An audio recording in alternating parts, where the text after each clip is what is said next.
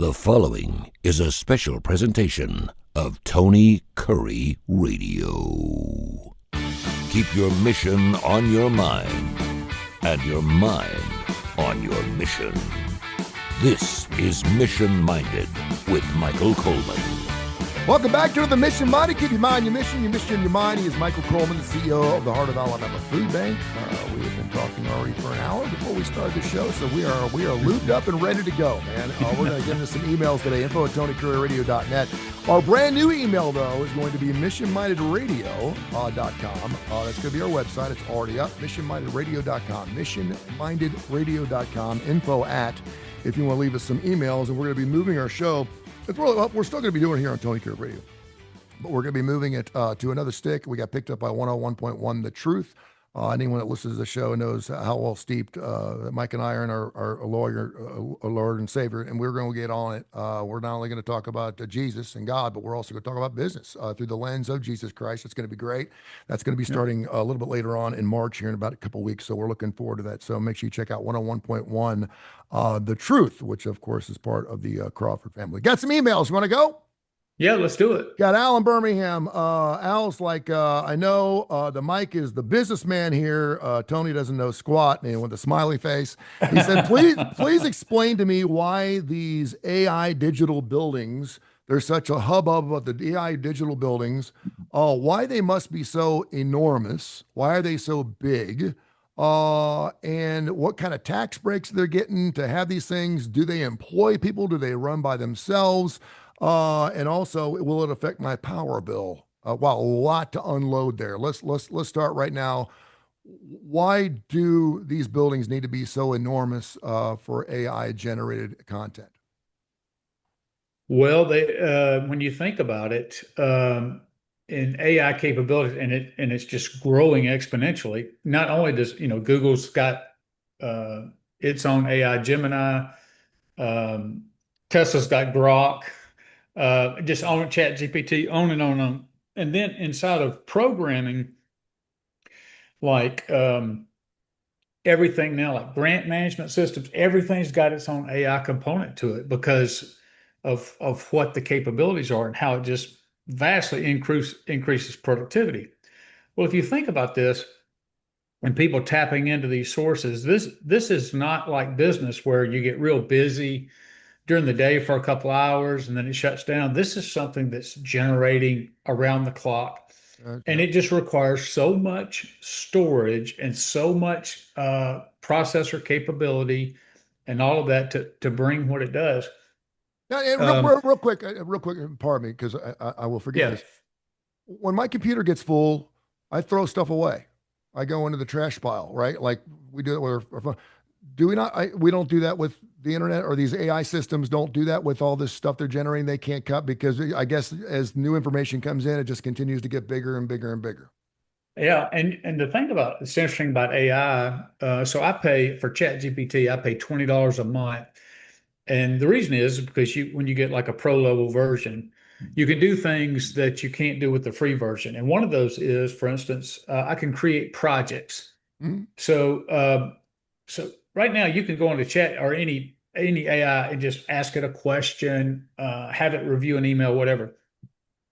But I can go in right now. I've probably got 20 different projects that have happened. And so when I have an email, when I'm writing something or I have a question, I can connect it to the project and grow it. But the beauty of that is AI under your account begins to learn you. So for instance, I don't have to explain if I want to do something food bank related, I don't have to. I'll give you a good example. 40th anniversary. This is our 40th anniversary. We're started. We got a new logo. We got a new, and so I asked ChatGPT about, the best ways to promote this throughout the year. It gave me wonderful suggestions.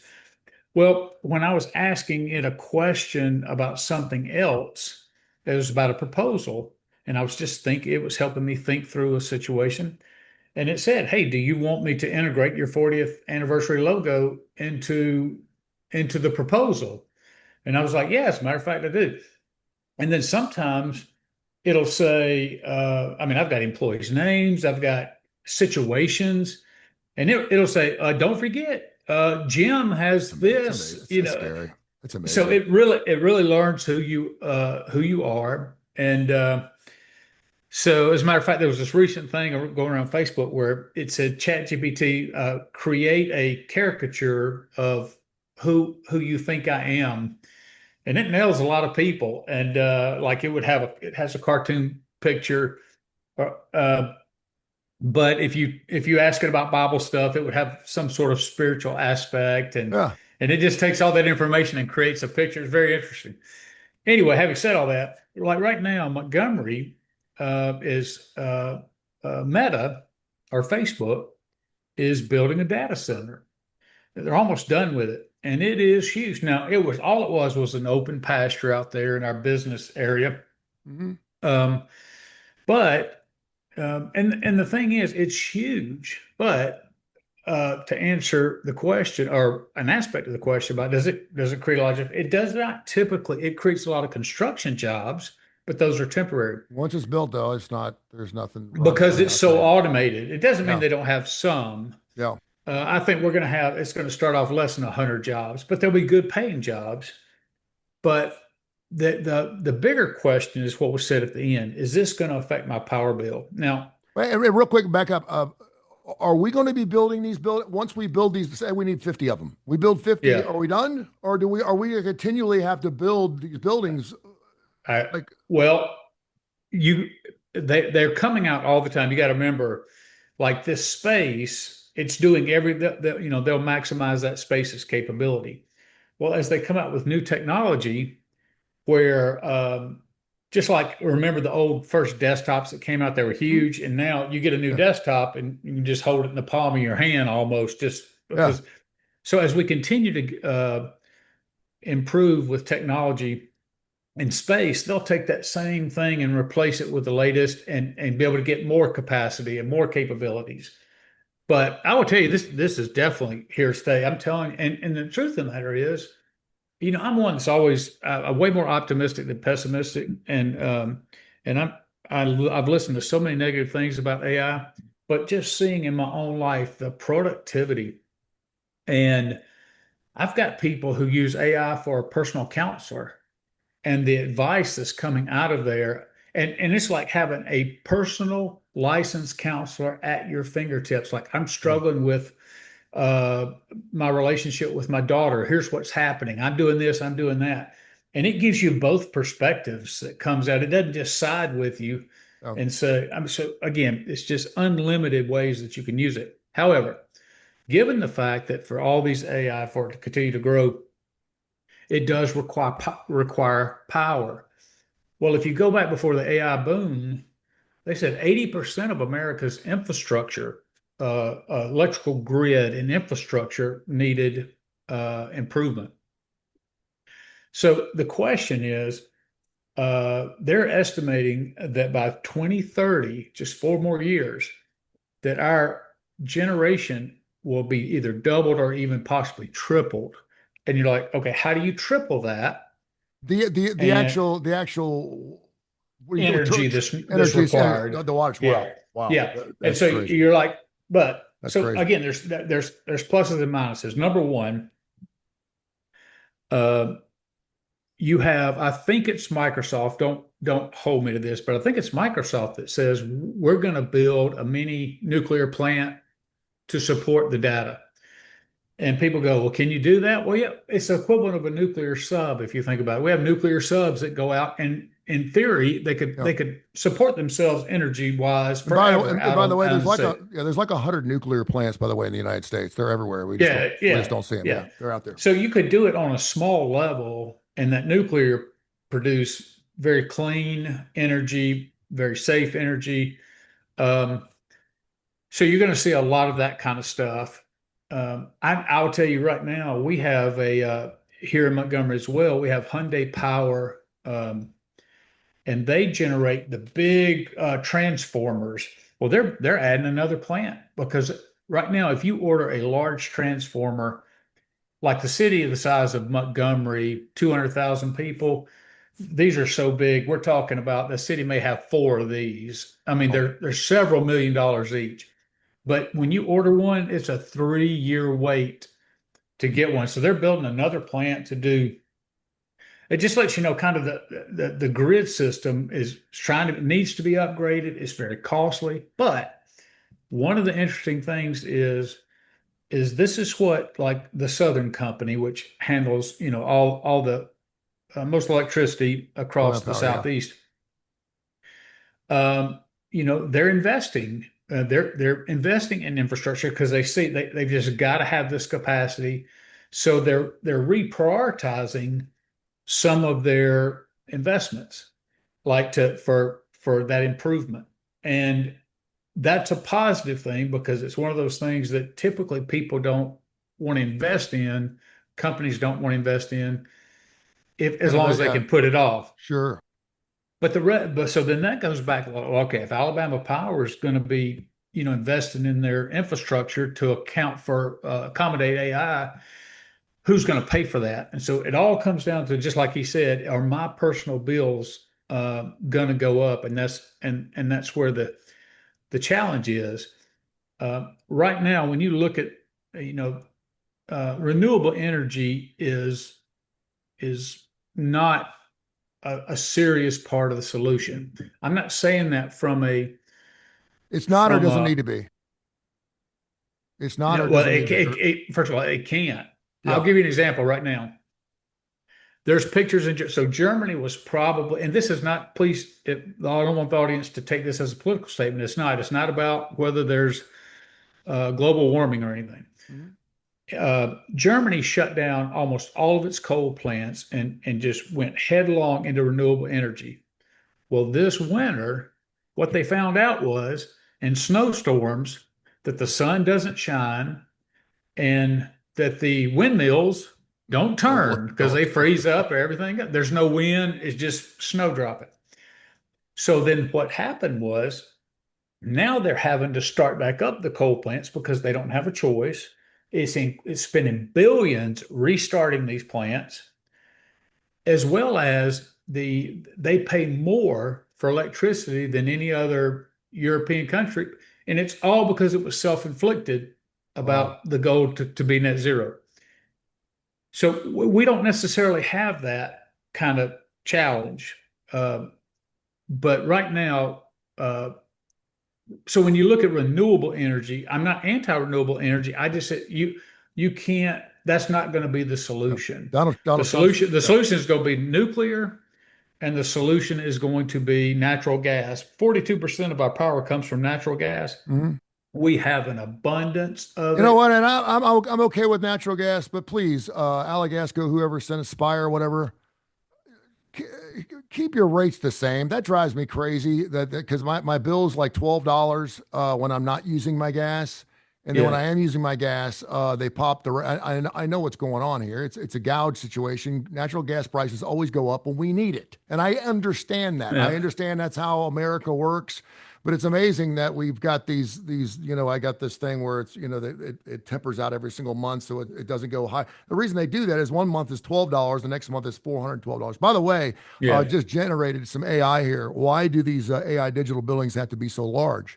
They must house an enormous density of specialized power-hungry hardware required to train and run modern AI models. These AI factories are expanding from 30 megawatt facilities to over 200 megawatt, multi gigawatt campuses that span millions of square feet, driven by the need for immense computer and computational power and cooling infrastructure. So there you have it. If you wanted to go to That's your right. AI, like you mentioned, and that Yeah, just got generated. So it's a little scary from me standpoint because I know like people in Texas, we've only known this because of the snowstorms and the immense heat they get, where it's like over 120 degrees for like 75 days in a row.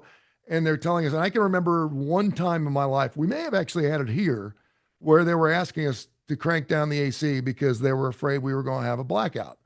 And I thought, yep. wow, that's kind of crazy. That happens a lot in big cities.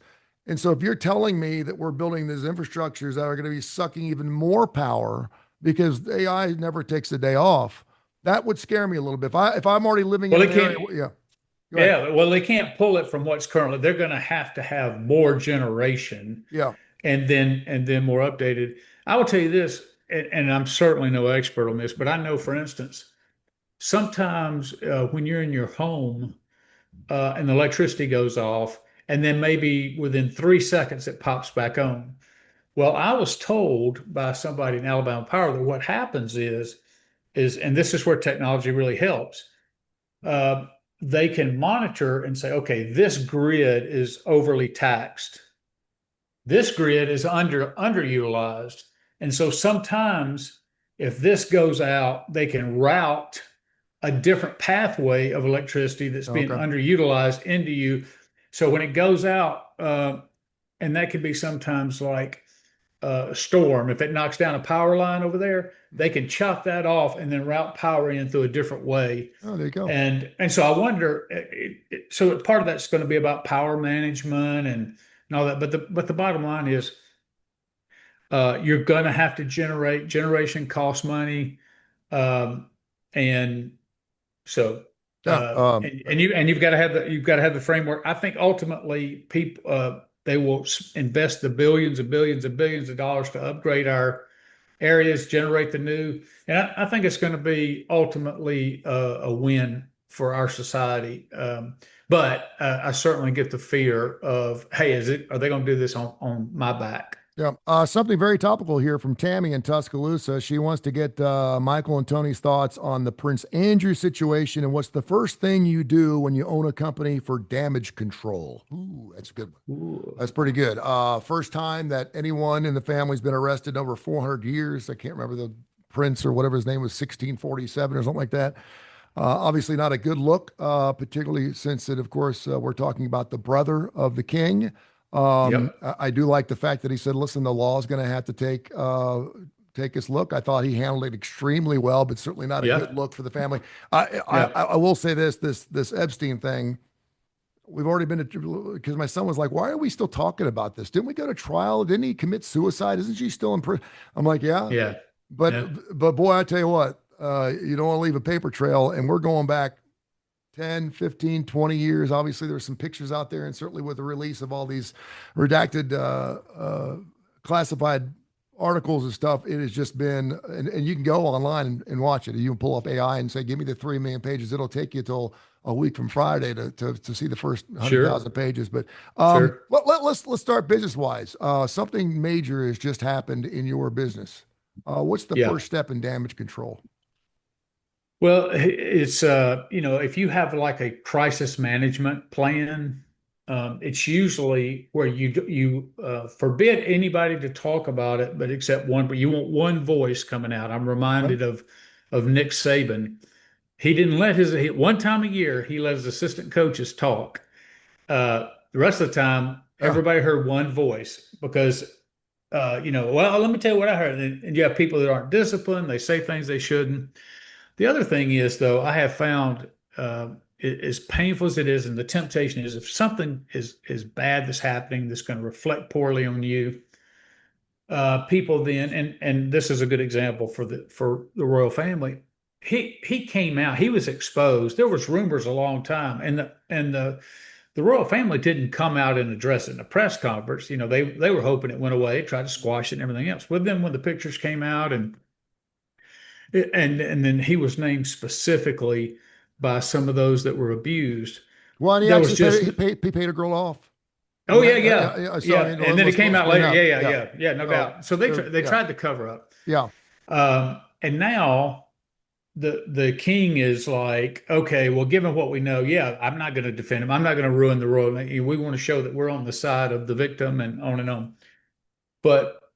And that's been easier for him to do because I think if he thought he could have kept it down, he would have. And that's really the decision.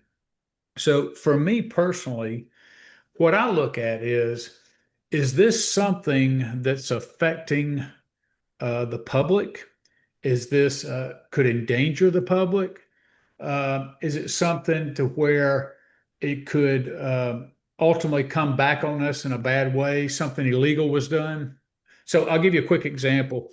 I've talked about this before. We had some when I came in 22, we uncovered there were some unscrupulous action by a couple of employees that were stealing food. Mm. And right away, I reported to my board, Mhm. and we worked through it. But I also felt like it was important to reveal it to Feeding America. and anybody else to say, hey, look, we just discovered it. I've terminated those employees. Um, we need to let everybody know and say, look, we're just discovering it. Here's everything I know about it. We want to be honest brokers in that to build credibility, even if it brings up questions about, well, why wasn't this found out years ago and all that. That's not really my purpose. My purpose is to say, even if there's a temporary hit, it is not going to be near as bad as if, let's say, some food, and this did not happen, but let's just say there was some spoiled food went out or something and somebody got sick, and you try to protect that kind of stuff, and then you get this pecking away. No, we know something happened, like you did with Epstein. It just People just keep asking, and then they get some more information, and they keep asking, and then finally you have no choice because it's all revealed. Then you have to come clean with it. That's the temptation, is to roll the dice. But I think it's better to be an honest broker. Now, the question also is, to be an honest broker, do you have to reveal every bit of detail? And the answer to that question is no. I didn't have a press conference, obviously. I didn't put this out in the public eye because I didn't want to do anything to hurt the food bank. Yeah. Because the food bank itself was still doing the right thing. It was just some unscrupulous employees that took advantage of it. So if I were to report that, I would report something like, it's come to our attention that this happened. We understand it's happened. Those employees have been terminated immediately. And we are moving forward, ensuring that we're double checking safety considerations and all that kind of stuff. So you put it out there. They don't need to know how they were stealing. They don't need to know what process. They don't need to know how long it happened, on and on and on. How much was the food valued at? They don't need to know all those details. That's salaciousness. You don't have to get into. You just say, this happened. This is what we've done about it. We've dealt with it straightforward, in a straightforward manner. We're being transparent, and we put in safeguards to ensure it doesn't happen again. And then, while there may be some people who you upset, there may be some people, some potential donors or something that say, well, I don't like that. Most people understand things happen, and you can't deal with them until you find them out. They just want to know, what are you doing to make sure it's not going to happen again? Exactly. So it's just crisis management team and policies that help. My favorite line is, it only happened once. Yeah.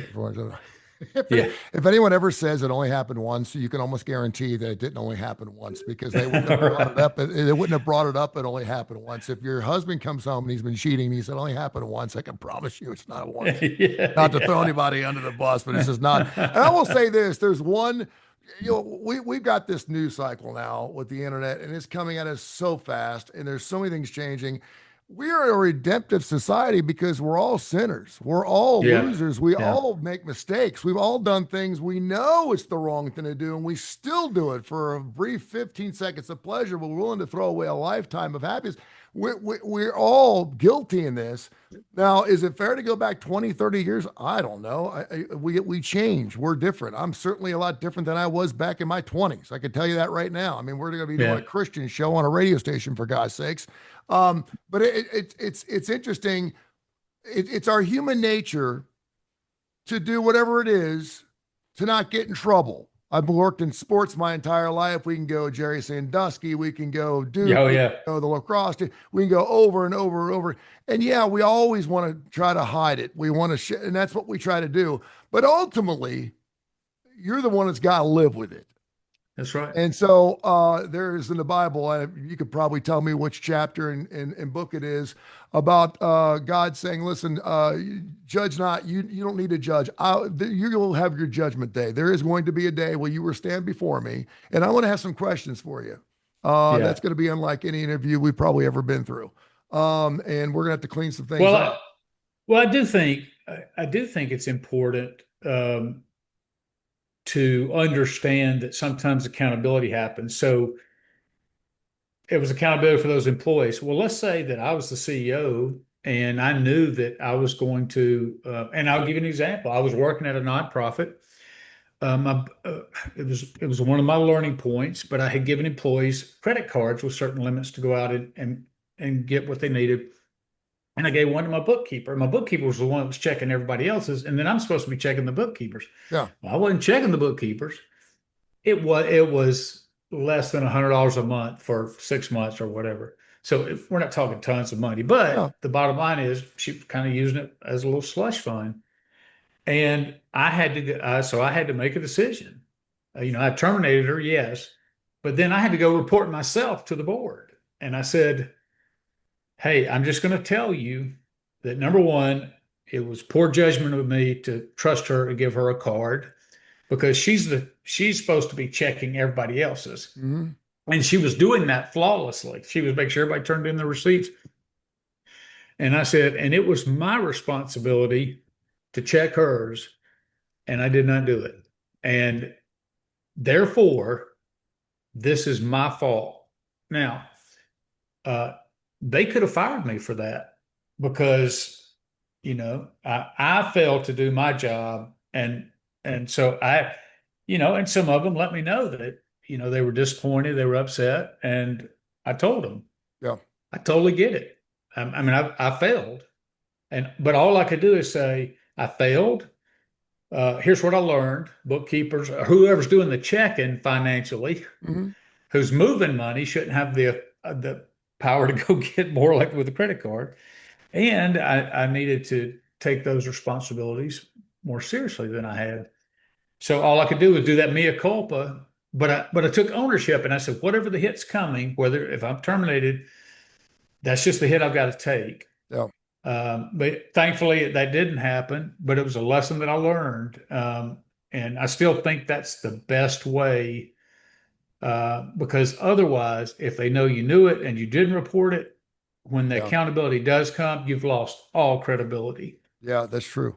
You're better off to take the hit. And we were talking about the news cycle. I tell my son this all the time, who's a junior and just a sweetheart of a kid. He's just so good. I try to find things wrong with that kid, and I can't find anything. It's just amazing how good this kid is.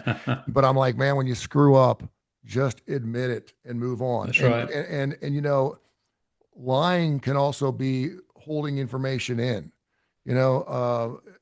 What I've done and what I have failed to do. If you're not telling the whole story, it's considered a lie. Well, they never asked me. Well, it doesn't matter. If you did something wrong and you're not telling the whole story, you're lying to them, even though you didn't move your lips. So get it out there, take the hits, be done with it, and then hopefully you'll. So, but we are incredibly redemptive, and we love comeback stories, and we love when people admit that they were wrong, and they come back and do that. Well, I got to tell you this quick story. Hopefully the audience will appreciate it. It's a goof on myself. I went to officer candidate school, and we were on our final testing, and so we had been rucking for 4 or 5 miles, had the backpack on, and we finally get to our place, and we dig out what's just a very shallow place and get into a 2-man fighting position. And so one person kind of slips back a little bit and, cleans his weapon, eats, whatever, and then you swap out. So I'm sitting there, I'm ADHD, I'm bored to death, and I'm flicking the safety, and it's like flick and then click, click, click, and I'm flicking it back and forth. Next thing I know, I went boom, and my weapon now it had blanks in it, but I had a fighting position on each side of me. So here comes the instructors. Oh God! And I hear them to my left. They said, "Did y'all hear a round go off?"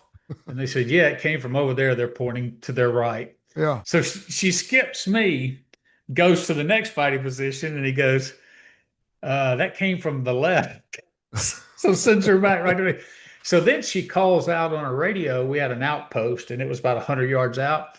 And they said, did y'all hear a shot fire? I said, yeah, sounded like it came from the camp. So they just triangulated on me. And I said, look, I ain't gonna volunteer any information, but I'm not gonna lie about it. And she said, and so she turned to me, she said, did you do this? And I said, yes, ma'am. So they made us all get up, pack up, walk an extra mile around and come back into the same, because I had compromised the site.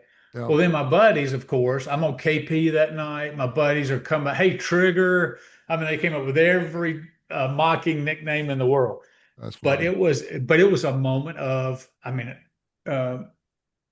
that accidental discharge of your weapon is a truly, I That's mean, not good. Yeah. it's unforgivable. If that would Yeah. have been a real round and I would have shot somebody, I mean, it was just so stupid. And again, just losing sight of the party, and it gets away from you. So I'm sitting there like a complete jackass, and all I could do is say, Yeah. "You're right. You're right.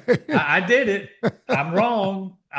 And whatever consequences you give me, I just have to deal with it. Where But the if I would have lied about it and they'd have done an investigation and found out, I would have been kicked out. It would have yeah. ruined my entire military career. Yeah. So by owning it, yes, I got mocked, ridiculed.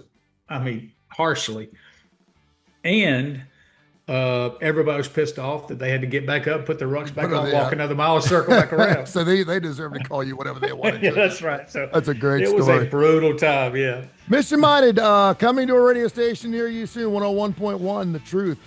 It is a Crawford station. We're super excited. 5 to 6 p.m. Monday through Friday nights. We're going to be coming in March, so make sure you check that out and mark it on your calendars. And, of course, you can always hear Mission Minded and Bite by Bite, which is a show specific to the Heart of Alabama Food Bank, coming up here in just a few minutes right here. Have yourself a wonderful weekend, my friend. You too, buddy.